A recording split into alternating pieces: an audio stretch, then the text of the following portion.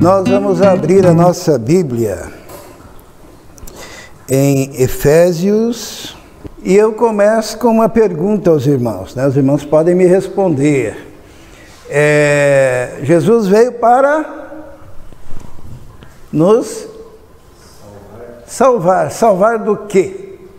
Nos salvar, né? A palavra salvação na Bíblia, ela tem também um significado de cura, né? De cura, curar.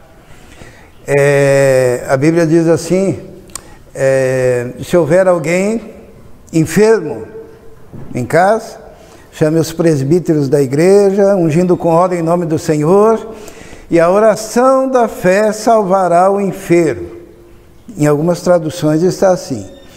Em outras traduções está a oração da fé curará, ou vai sarar o enfermo. Mas a palavra é a mesma. Então, a palavra salvar, ela é traduzida conforme o contexto, não é? Quando Jesus cura,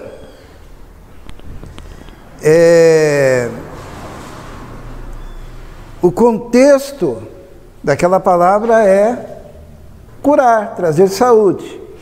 Quando há uma salvação espiritual, é o contexto que diz como que nós devemos traduzir aquela palavra, né? Porque, devido ao fato de ser a mesma palavra, há uma artimanha hoje, porque as pessoas não sabem mais do que estão sendo salvas.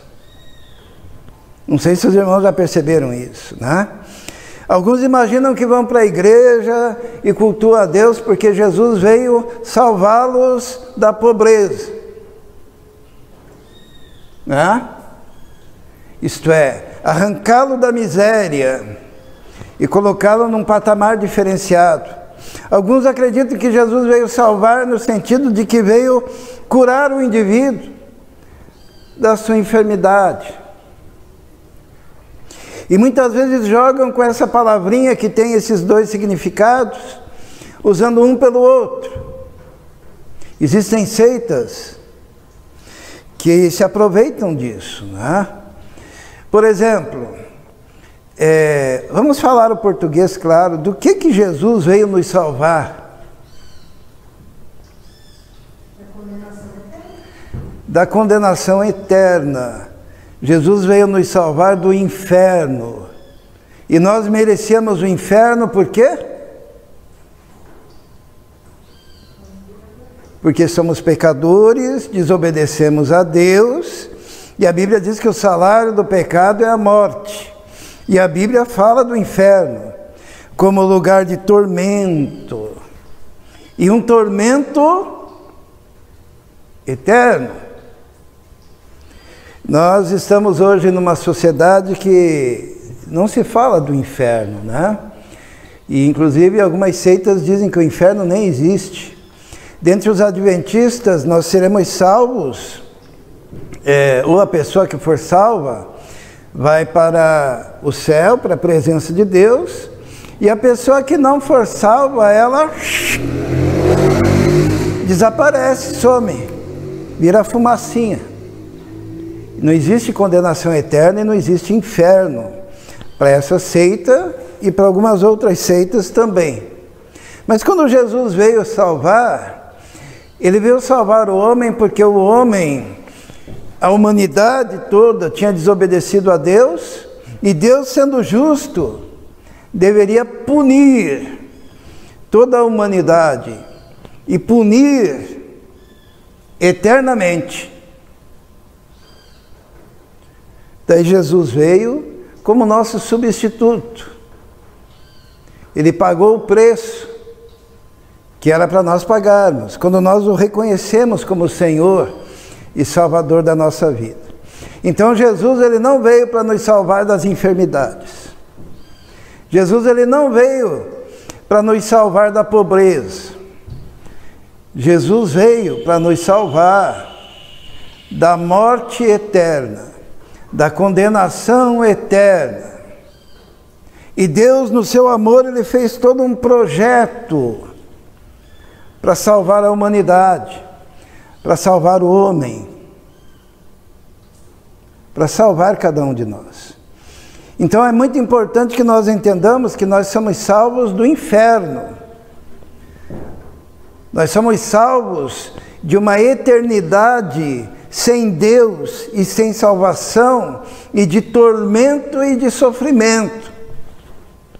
E nós precisamos entender também que quando pregamos o Evangelho, nós não pregamos o Evangelho para livrar a pessoa da doença, nós não pregamos o Evangelho para livrar a pessoa da pobreza, nós não pregamos o Evangelho para que a pessoa reestruture a sua família. Tudo isso pode vir junto. Mas a essência é que Jesus morreu por nós para nos livrar da condenação eterna. A Bíblia fala de um lugar onde o bicho não morre e o fogo nunca se apaga. E Jesus constantemente falava do castigo eterno.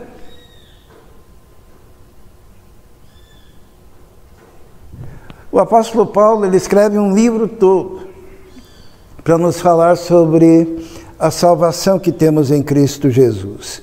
Então nós vamos ler em Efésios a compreensão de Paulo a respeito da doutrina da salvação. O que significa salvação e como que nós devemos entendê-la como povo de Deus.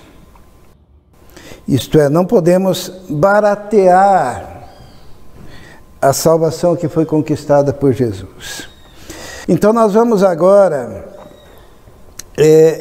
ver um pouquinho do que significa a nossa salvação. O que aconteceu conosco e por isso nós somos salvos por Cristo Jesus. Capítulo 1, então, ele diz assim: Paulo, apóstolo de Jesus Cristo, pela vontade de Deus, aos santos que estão em Éfeso, fiéis em Cristo Jesus. A vós graça e paz da parte de Deus, nosso Pai, e do Senhor Jesus Cristo.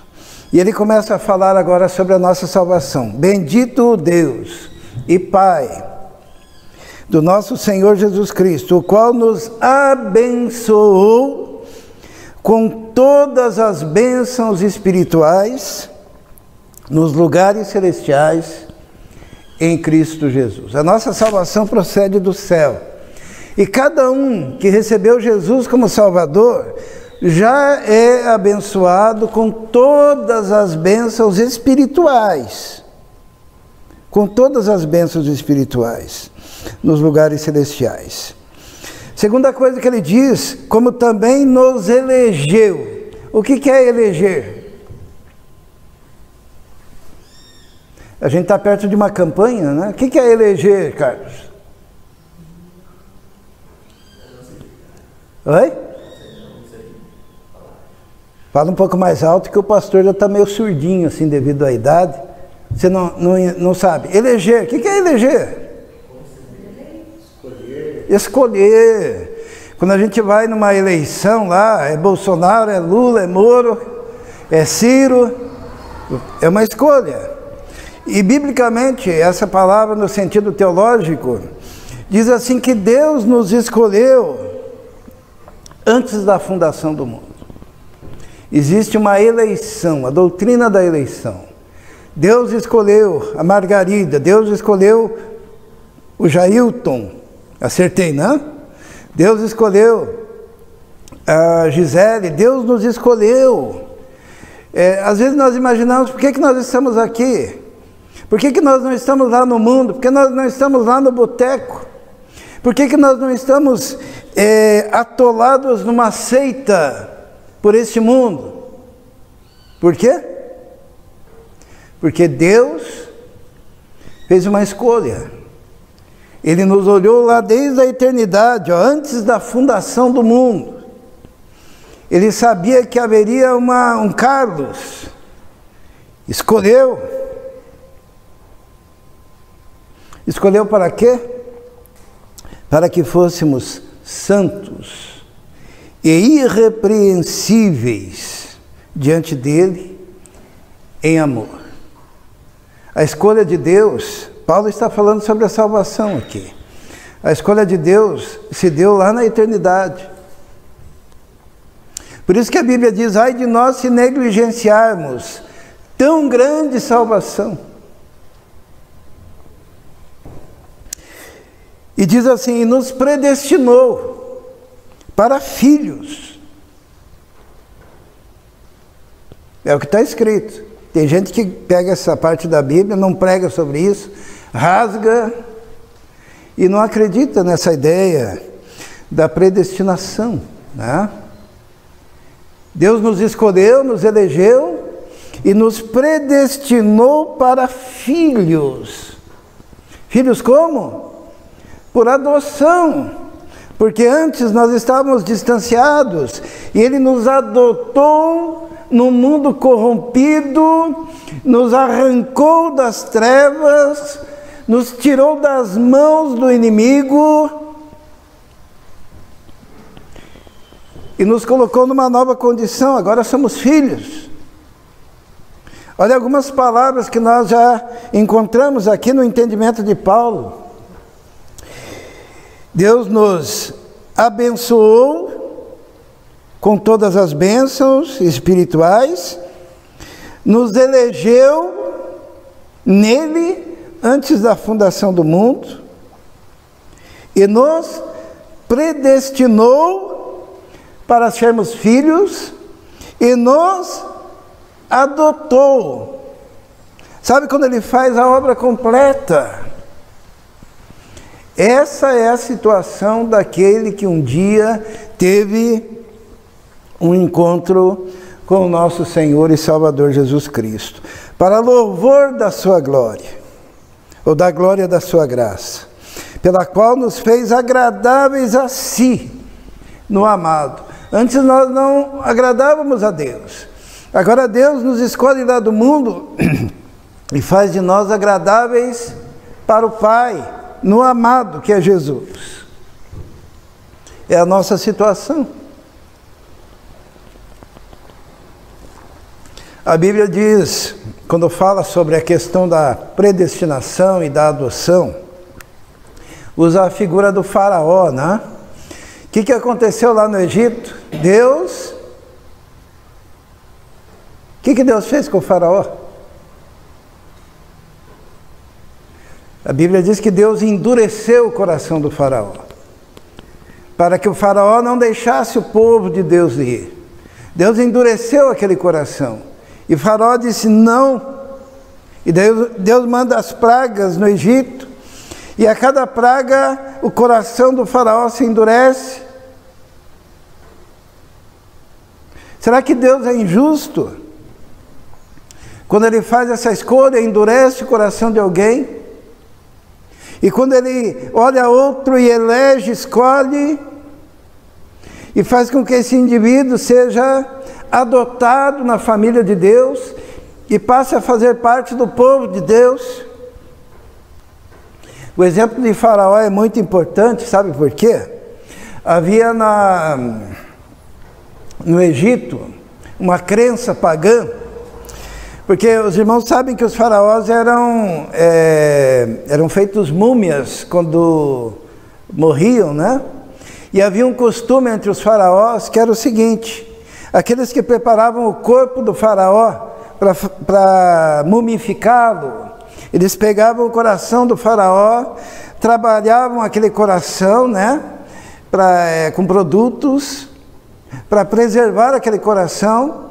Pegavam aquele coração, colocavam numa balança, pesavam aquele coração, e daí pegavam aquele coração pesado, agora, sabiam, né, quantas gramas tinha aquele coração, colocavam dentro da múmia, e daí sim aquela múmia era colocada nos seus sarcófagos. Porque eles acreditavam que lá na eternidade, a divindade que eles adoravam, que aquele faraó adorava, iria ficar em cima de uma balança, e o coração do faraó iria ficar na outra balança, e se o coração do faraó fosse mais pesado do que a divindade, esse faraó estaria eternamente condenado. E quando lá em Êxodo fala que Deus endureceu o coração de Faraó, em alguns momentos aparece também essa expressão que Deus pesou o coração do Faraó. Então, antes de endurecer o coração do Faraó, ele pesou o coração do Faraó. O que significa isso?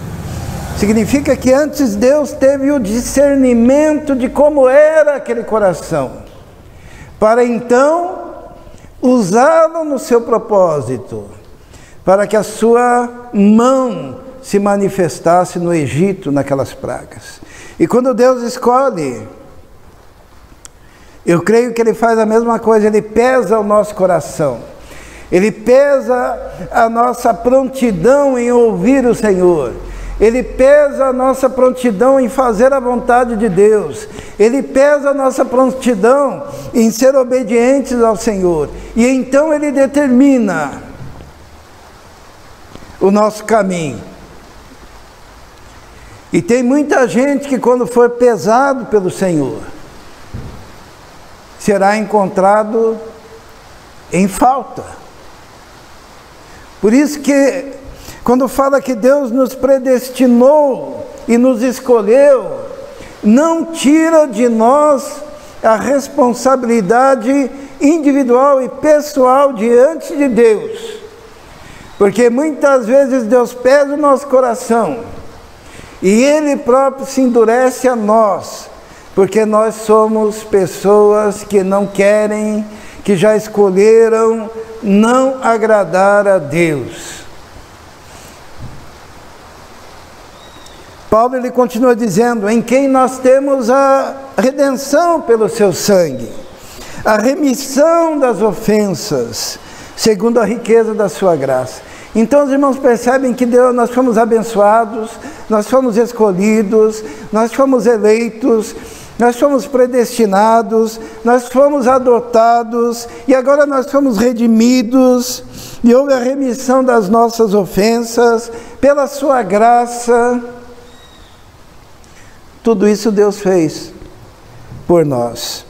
E diz ainda, e nos fez abundar, e fez abundar para conosco a sabedoria e a prudência, descobrindo-nos o mistério da sua vontade, segundo o seu beneplácito, que propuser em si mesmo. É interessante isso. Há um conselho da Santíssima Trindade, desde lá da eternidade, que olha para nós e nos elege, nos escolhe, nos separa, nos adota, nos abençoa, nos livra do pecado, nos limpa, nos redime e nos coloca como filhos e numa nova condição. Essa é a salvação, porque aprove a Deus tornar a congregar em Cristo todas as coisas, na dispensação da plenitude dos tempos, tanto as que estão nos céus, como as que estão na terra. Cada um de nós somos um milagre. Uma vez houve uma rebelião no céu, né? E os demônios, ou os anjos caídos, se rebelaram, né, contra Deus, caíram, viraram o que hoje nós chamamos de espíritos malignos. E na terra e no Éden o homem se rebelou, se afastou de Deus. E então nós temos o quê? Uma rebelião no céu, uma rebelião na terra, e a natureza toda convulsionou. Por isso que começaram a nascer espinhos e abrolhos, e todo o universo entrou em parafuso, por causa da rebelião, por causa do pecado. E o Pai, Ele resolveu, através de Cristo, voltar a congregar todas essas coisas. Isto é, fazer justiça para com os espíritos caídos, restaurar o homem caído, reconstruir a natureza caída em Cristo, reconciliando nele todas as coisas na dispensação da plenitude dos tempos, tanto as que estão nos céus, como as que estão na terra.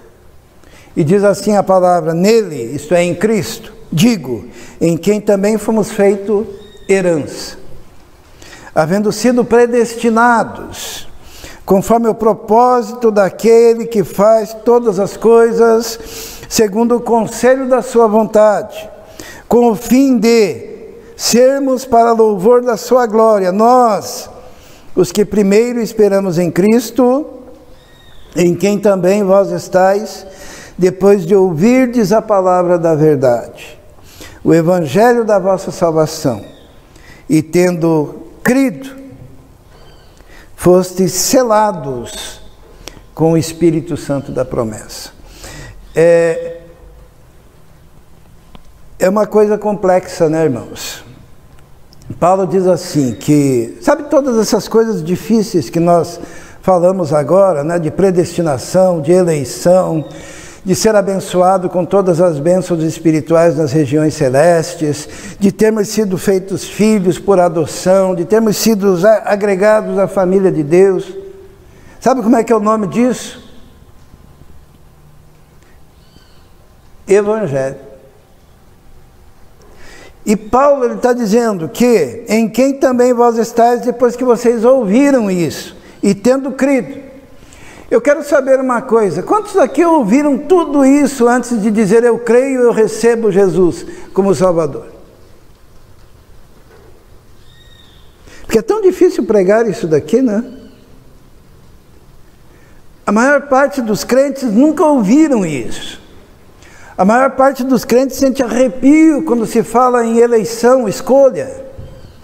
A maior parte dos crentes fica horrorizado quando se fala de predestinação.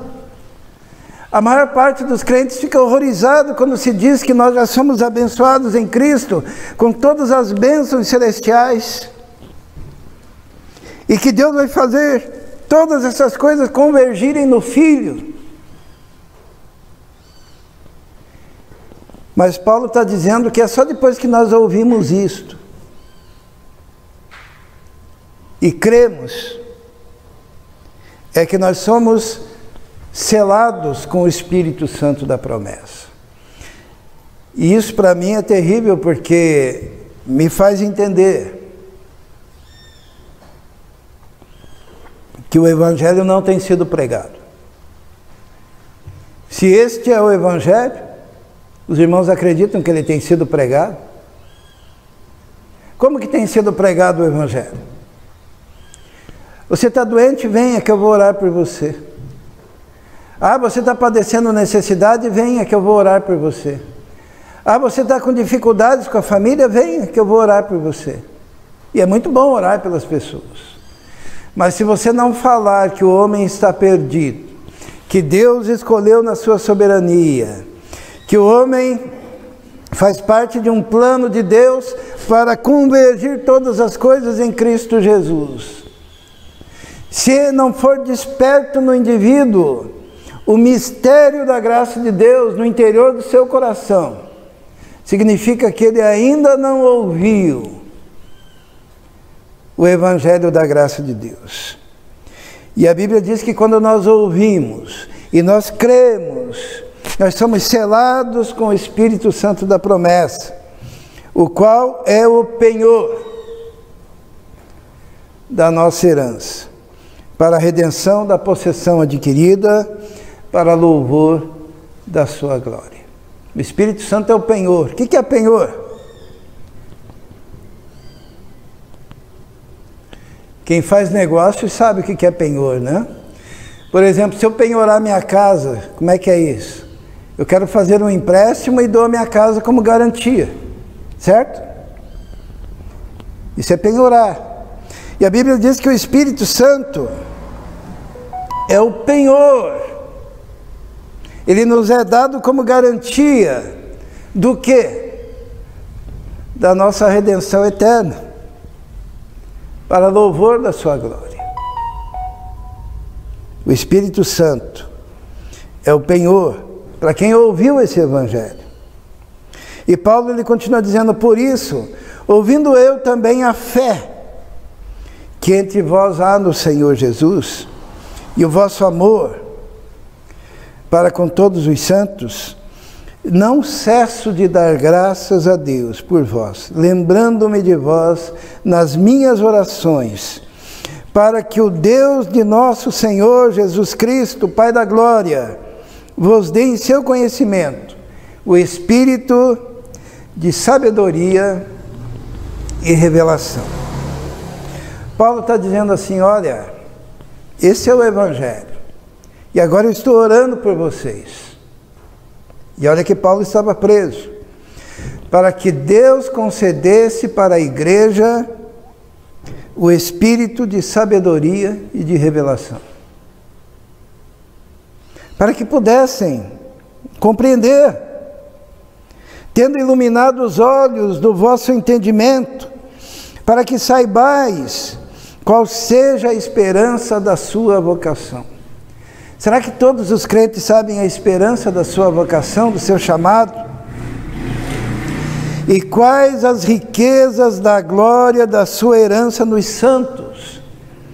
E qual a sobreexcelente grandeza do seu poder sobre nós, os que cremos, segundo a operação da força do seu poder, que manifestou em Cristo, ressuscitando-o dentre os mortos e pondo à direita nos céus.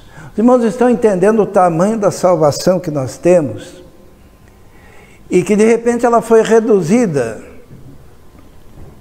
a pessoa fazer uma declaraçãozinha qualquer, né?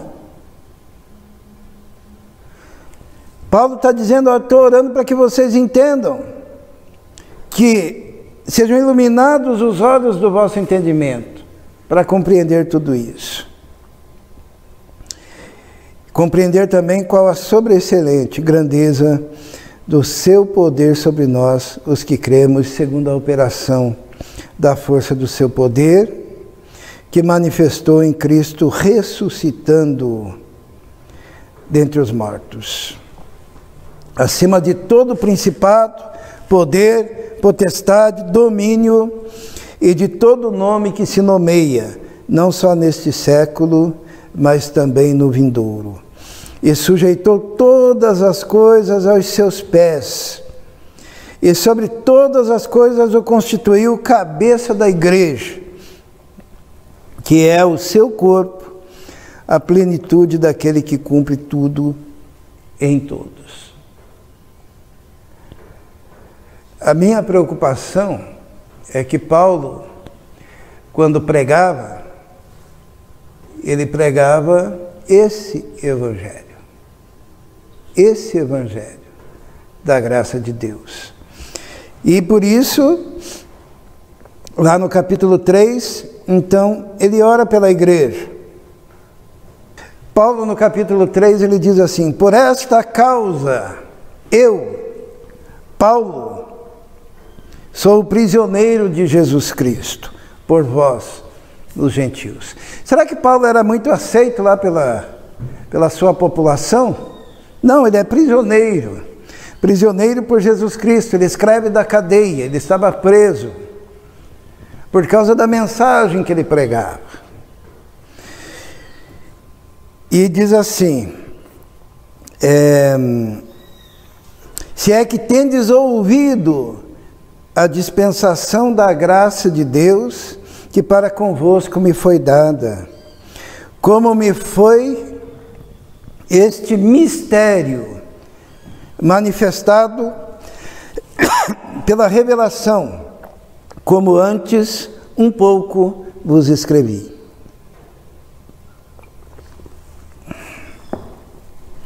Por isso, quando ledes, podeis perceber a minha compreensão do mistério de Cristo, o qual noutros séculos não foi manifestado aos filhos dos homens, como agora tem sido revelado pelo Espírito aos seus santos apóstolos e profetas. Eu queria que os irmãos pegassem essa parte, Porque Paulo ele começa a descrever o que significa nós sermos salvos. E daí ele pega e diz assim: por esta causa, isto é, devido a tudo isso que eu escrevi, é que eu quero que vocês entendam qual como me foi este mistério manifestado pela revelação, como antes um pouco vos escrevi. Isto é, muitas vezes nós não compreendemos a dimensão da nossa salvação. E é isso que Paulo tenta explicar no livro de Efésios, o que significa ser salvo por Cristo Jesus. Num segundo momento, ele fala também: por esta causa, por causa disto, me ponho de joelhos perante o Pai do nosso Senhor Jesus Cristo, do qual toda a família nos céus e na terra toma o nome. Isto é, por causa do quê? Por causa daquilo que ele tinha escrito há pouco, revelando o que significa a salvação que nós temos em Cristo Jesus. Por esta causa, ele faz toda essa narração do capítulo 1, do capítulo 2. No capítulo 2 ele diz assim: e vos deu vida, estando vós mortos em delitos e pecados. Ele vai descrevendo o tamanho da nossa salvação. E daí ele diz: é por essa causa, é por isso, é por esse motivo que eu, Paulo, prisioneiro de Cristo Jesus por vós, os gentios, se é que tendes ouvido da dispensação da graça de Deus, é por esta causa.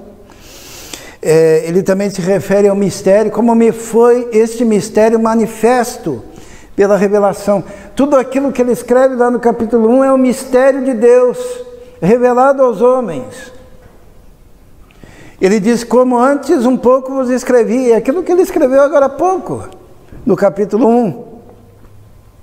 Por isso, quando ledes, podeis perceber a minha compreensão do mistério de Cristo. Aquele é o mistério de Cristo. E ele escreve o mistério de Cristo.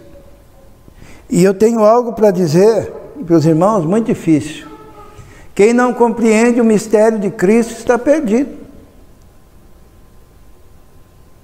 Porque não entendeu ainda a dimensão da salvação. Por isso que nós iniciamos esse culto perguntando do que nós fomos salvos. Isto é, a nossa salvação é tão grandiosa e nos livra da mão pesada da justiça de Deus e nos livra da condenação eterna e do inferno. E para que nós compreendêssemos, Paulo então, ele começa a orar mais especificamente pela igreja.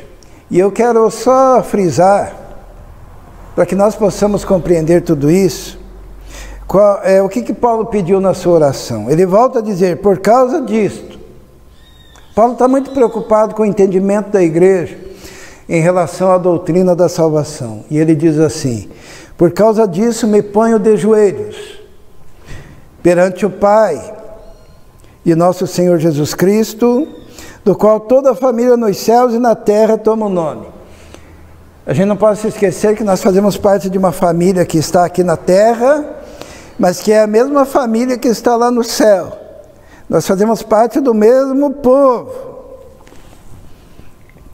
E ele pede o seguinte: para que, segundo as riquezas da sua glória, vos conceda que sejais corroborados com poder pelo seu Espírito no homem interior. Paulo ele já parte do pressuposto que se alguém entendeu e recebeu, já tem o Espírito Santo dentro. Então ele pede que o indivíduo seja corroborado com poder pelo Espírito Santo no espírito do homem. O povo de Deus que está marchando pela terra, hoje chamado igreja, tem o Espírito Santo morando dentro de si. E o espírito do homem é corroborado, fortalecido com poder, algo interior e algo que transborda e que vai para o entendimento, que vai para o comportamento, que vai para o estilo de vida. O segundo pedido de Paulo é para que Cristo habite pela fé nos vossos corações. Sabe o que é Cristo habitando pela fé os nossos corações? Quando Cristo habita o nosso coração, Ele mora no nosso coração, Ele transforma do jeito que Ele quer, porque Ele é dono do nosso coração.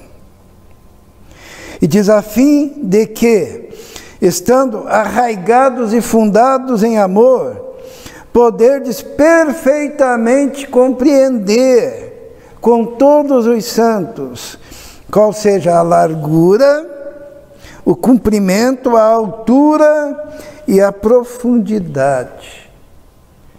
Sabe tudo aquilo que nós lemos no primeiro capítulo? Aquilo lá é a revelação da largura, da altura, do comprimento e da profundidade do amor do Senhor por nós. Se nós não entendermos aquilo, significa que nós ainda não entendemos nada. E conhecer o amor de Cristo que excede todo o entendimento. O amor do Senhor é maior do que nós podemos compreender. Mas quem tem Jesus tem um vislumbre da grandiosidade desse amor. Para que sejais cheios de toda a plenitude de Deus. Ora, aquele que é poderoso para fazer tudo muito mais abundantemente além daquilo que pedimos ou pensamos, segundo o poder que em nós opera. A esse, glória na Igreja por Jesus Cristo, em todas as gerações, para todos sempre. Amém. Esse escrito de Paulo, ele é de uma profundidade, quando ele destaca minuciosamente o mistério de Deus e o que significa ser salvo, a tal ponto que, quando na igreja de Éfeso, lá em Apocalipse, no capítulo 2, chegaram os falsos apóstolos, o que a igreja de Éfeso fez? Ela estranhou aquela mensagem. E tendo estranhado aquela mensagem, ela colocou à prova aqueles indivíduos que se diziam apóstolos e os achou mentirosos. Porque você tem que pesar a mensagem da salvação e aquilo que é pregado. Se não houver consonância, aquele que prega é mentiroso. Nós estamos agora no Brasil, o Brasil está muito feliz, né? Porque nós temos agora um ministro do Supremo Tribunal Federal que é pastor evangélico, e daí o povo está dizendo, olha, os evangélicos são uma força muito grande no Brasil, porque já somos 40%, significa que podemos decidir qualquer eleição. Porém, existe um abismo entre se dizer evangélico e compreender o evangelho da graça de Deus. Porque ser evangélico não é só ser participante de uma denominação. Ser verdadeiramente evangélico é ter compreendido o mistério de Deus. Porque daí, aquilo que Paulo pediu vai acontecer. A gente vai ter a mente de Cristo, nós vamos ter o entendimento de Cristo, nós vamos ter a percepção de Cristo, os olhos do nosso entendimento serão iluminados para as tomadas de decisão. Porque se alguém está em Cristo, é nova criatura. E vive de uma forma diferente. Que nós possamos nos aprofundar no mistério de Cristo, revelado por Paulo, pelo qual ele era preso, quando ele andava pelo mundo, para anunciar essa graça tão profunda. Que o povo de Deus saiba a altura, o comprimento, a largura e a profundidade, isto é, que tenha a compreensão total daquilo que Jesus fez para nos salvar e daquilo que nós nos tornamos em Cristo Jesus. Amém? Vamos orar. Senhor nosso Deus, muito obrigado porque o mistério de Cristo, o Evangelho da Graça, se encontra acessível a qualquer pessoa que abra o coração para entender. Nós sabemos que a compreensão desse Evangelho depende do milagre do Espírito Santo que ilumina os olhos do nosso entendimento. Pedimos então essa compreensão para cada um, ó Deus, e que possamos desfrutar dessa graça. Obrigado pela tão grande salvação que o Senhor operou por nós. Nós te louvamos em nome de Jesus. Amém.